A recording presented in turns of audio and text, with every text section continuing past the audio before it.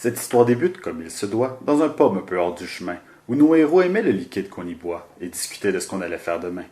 Le trio d'aventuriers, appelé les chercheurs, était composé de Joe, Francis et Guillaume, qui avaient tous sauvé le monde à leurs heures, mais désiraient maintenant repos et baume. Joe, dit le Spartiate, était le plus jovial des trois. Il aimait se mettre à l'épreuve et passer du temps avec ses amis. Il pouvait se concentrer sur plusieurs choses à la fois, et était aussi implacable qu'un tsunami. Francis, l'officier et l'homme de gestion, avait des connaissances dans divers domaines. Il avait appris à commander l'attention et provoquait, chez ses ennemis, de pénibles migraines. Guillaume était celui qui résout des problèmes, capable de changer d'idée ou de parcours. Premier responsable de l'existence de ce poème, il ne se trouvait jamais à bout de recours.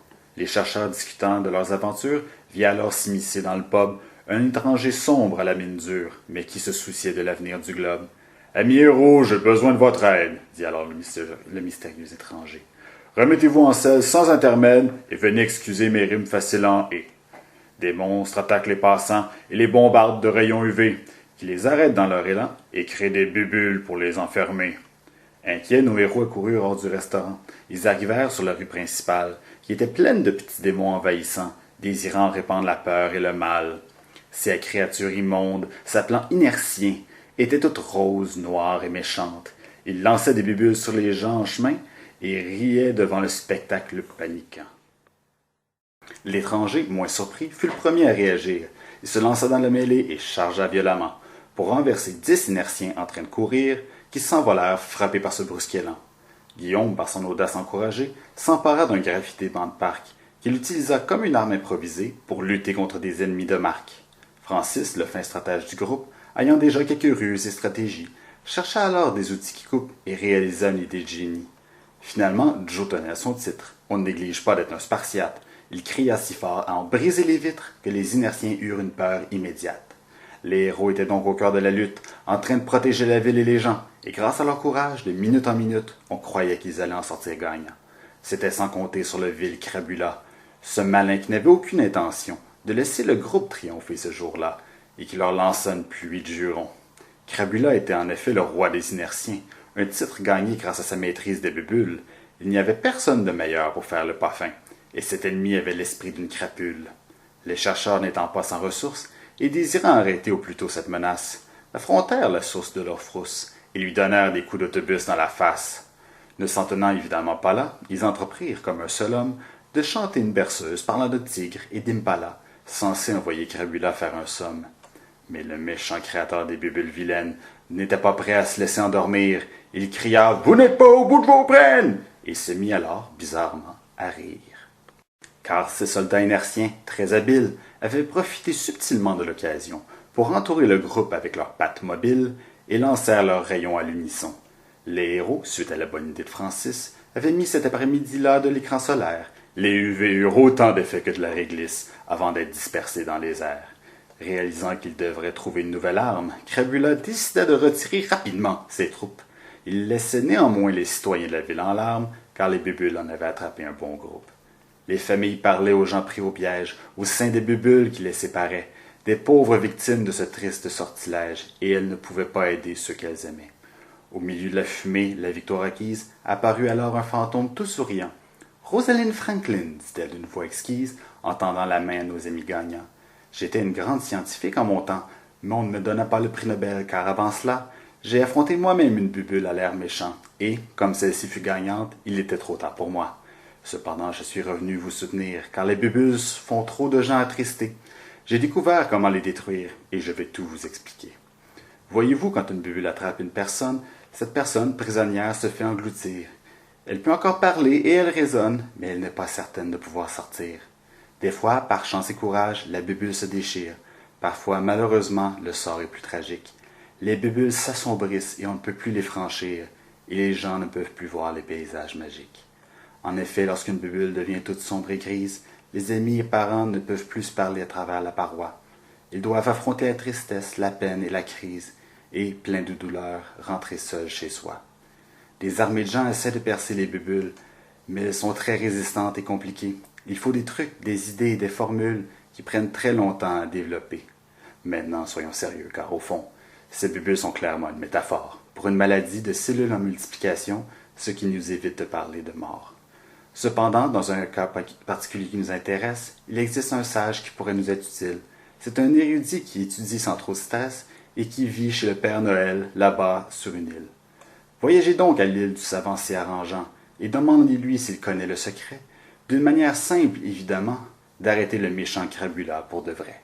Prenant alors le vol le plus rapide à bord d'Air Pôle Nord, le groupe décolla tout intrépide en portant son courage à bord. L'avion, traîné évidemment par des reines, fut cependant attaqué en chemin par des inertiens à grandes ailes et mauvaise haleine qui ne pouvaient pas attendre au lendemain. Les héros, arrachant alors les moteurs de l'avion, décidèrent de chasser les inertiens volants. Ils bottèrent les turbines comme des ballons et ceux-ci frappèrent les méchants dans leur séant. Bien sûr, il devenait plus difficile de voler, les moteurs disparus et les rênes alourdis. Mais une bonne idée du mystérieux étranger fut de flotter en bas avec des parapluies. Les chercheurs arrivèrent à l'île du Seigneur Rouge, où ils furent tous étonnés, surtout le Spartiate, de trouver un lieu chaleureux où tout le monde bouge, mais, fait cocasse, la plupart le faisaient à quatre pattes. En effet, le fantôme avait peut-être négligé un détail. Les nombreux habitants de la dite île étaient en fait des fauves et du bétail, que dis-je, des amphibiens, des mammifères et des reptiles. L'étranger, lui, se dirigea vers la demeure du Seigneur, dont la porte était sous la garde vigilante, d'un géant des glaces teigneux, colérique et cogneur, qui n'allait pas être amadoué par des paroles galantes. Les autres, pendant ce temps, cherchaient, en long et en large à travers toute l'île, le fameux sage dormeur et gardien du secret, qui permettrait de percer ces bulles civiles. Interrogeant un loup, une abeille et une marmotte, nos amis découvrirent finalement et durement que le sage vivait seul et éloigné dans une grotte, se trouvant, évidemment, dans le flanc d'un volcan. L'escalade fut longue et dure et le soleil brûlant, rappelant à nos comparses que leur hiver a ses avantages, qu'après le sable dans les souliers, les éraflures et l'air asséchant, il n'y aurait pas de chocolat chaud comme après le pelletage. La caverne étant identifiable par les piles de livres, Francis regarda à l'intérieur et chercha l'ours avec attention. Face à l'échec, il lança « Ohé, les aventuriers arrivent !» pour ensuite demander à l'habitant de les aider à la mission.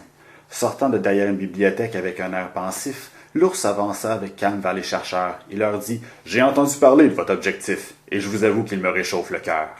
Voyez-vous, le monde a besoin de gens pleins d'espoir. Moi-même, j'hiberne dans ma grotte avec mes mystères. Il faut des héros qui en ont assez d'avoir peur du noir et qui s'investissent pour améliorer le sort de la Terre. Le secret que vous désirez n'est plus ici, par contre. Il a été emporté une nuit sur la Lune par mon amie la lionne. Elle est partie pour mieux le protéger des mauvaises rencontres, et elle le fait avec sa force, son courage et la ruse d'une championne. Elle vous aidera sans aucun doute si vous êtes brave et saura prendre les bonnes décisions. Je regrette par contre de ne pas avoir été sage et de ne lui avoir jamais dit mes intentions. Voyez-vous, alors que nous vivions tous ici, j'ai apprécié de lui parler et de la voir tous les jours, mais maintenant je m'ennuie, mon ami, et je réalise que j'ai pour elle de l'amour. Mais écoutez-moi parler de mes petits problèmes, alors que le monde est couvert de pustules et de bulles. Quand vous la verrez, dites-lui bonjour quand même, et oubliez ce simple ours qui fabule. Alors que l'ours terminait son histoire, arrivaient teigneux dans la caverne des inertiens mangeurs d'espoir qui en voulaient au groupe et à leurs organes internes.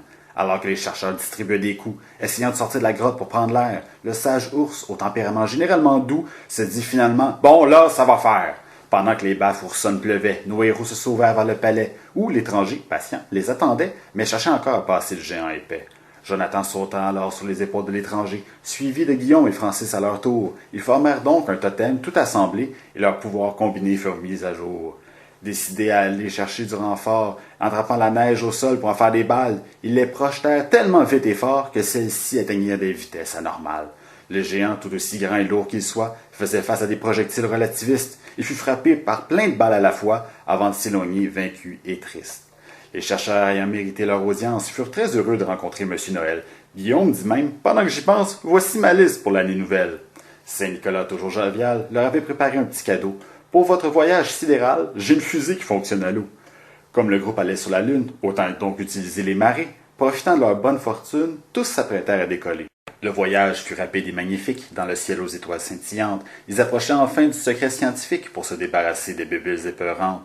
L'alunissage se passa vraiment bien, surtout grâce à l'aide d'un ami aigle qui dit simplement « De rien !» lorsqu'on voulut le remercier en règle. Le groupe arrivé fut donc accueilli par une délégation menée par la lionne, qui était aussi inspirante qu'on leur avait dit, car elle était forte avec une âme bonne. « Bienvenue sur la Lune, ami aventurier. J'ai eu un courriel intéressant à votre sujet. Ici, tout est organisé et bien mené pour vous aider à accomplir votre projet. En visitant les laboratoires et les locaux utilisés pour étudier les bulles diverses, les chercheurs arrivèrent à un bureau habitué aux pressions et la controverse. En découvrant le savoir qui se trouvait là, ils voulurent en apprendre davantage. Ils se renseignèrent sur les bulles de Crabula afin de pouvoir libérer leurs otages. Les habitants de la Lune ayant des moyens, leurs recherches avaient le vent dans les voiles. Ils savaient que pour libérer leurs citoyens, il leur fallait la poussière d'une nouvelle étoile. Très heureux de cette nouvelle information, le groupe se demandait comment réagir. Ils désiraient arrêter les bébules pour de bon, mais d'où une étoile allait-elle surgir? La lionne, bien qu'amatrice d'astrophysique, leur suggéra d'abord de penser à leur retour. Vérifiez bien votre fusée et sa mécanique pour être en sûreté lors du compte à rebours. Réparant la fusée pour être sûr de ne pas perdre de clous, les chercheurs saluèrent la lionne et lui rendirent les outils. Madame, l'ours fait dire qu'il s'ennuie de vous. Elle sourit simplement et dit « Il est très gentil ». Sur ces paroles, Crabula arriva sur place, entouré de ses inertiens les plus lugubres. Il puait le vice, la peur et la crasse, et se comportait en général de manière insalubre. Les chercheurs, maintenant bien instruits, dégainèrent leurs lasers et écrans solaires. Ils chargèrent d'un front uni sur leurs ennemis qu'ils balancèrent en direction de la Terre. Le méchant Crabula était cependant prêt pour eux, et sortit de sa poche sa cigarette hantée, qu'il agita en les traitant de peureux pour raconter des mensonges sur la santé.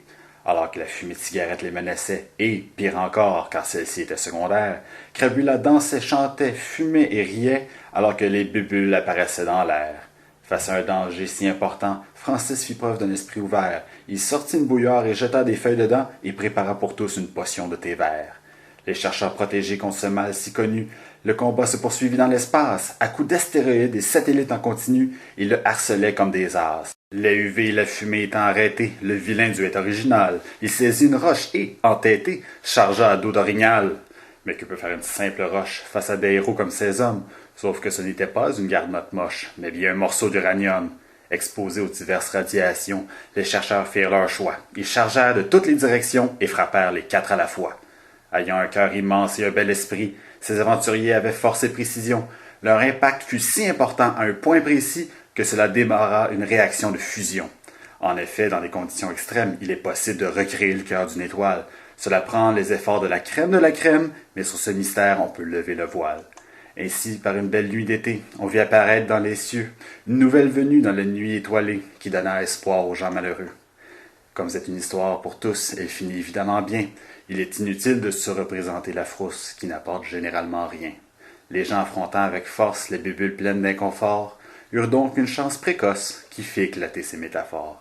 Nos héros étaient sains et saufs sur terre, ayant affronté et vaincu ce mal magique, mais les vraies maladies ne sont pas arrêtées par la guerre et elles sont encore source de destins tragiques.